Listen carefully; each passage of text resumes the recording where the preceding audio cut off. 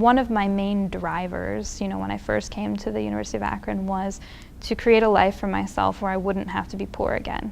I was really looking at the traditional concept of success, both because I wanted to be validated and because I wanted to be okay.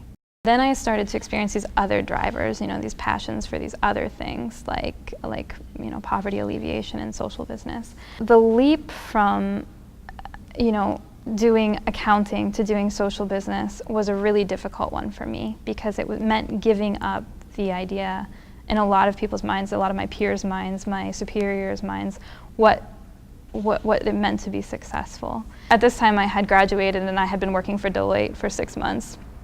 And then I found out that I was awarded a Fulbright grant to move to Peru and study sanitation.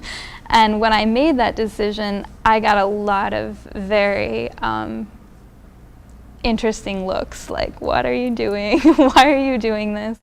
It was ultimately a very difficult decision. And it was months later when I finally felt validated about the decision. I'm talking to this guy. He was about 50 years old and he was from San Francisco. And he was an international tax accountant. I'm basically looking at my life in front of me, like if I had decided to stay. And he looked back at me and he said, I've been waiting 40 years to come here.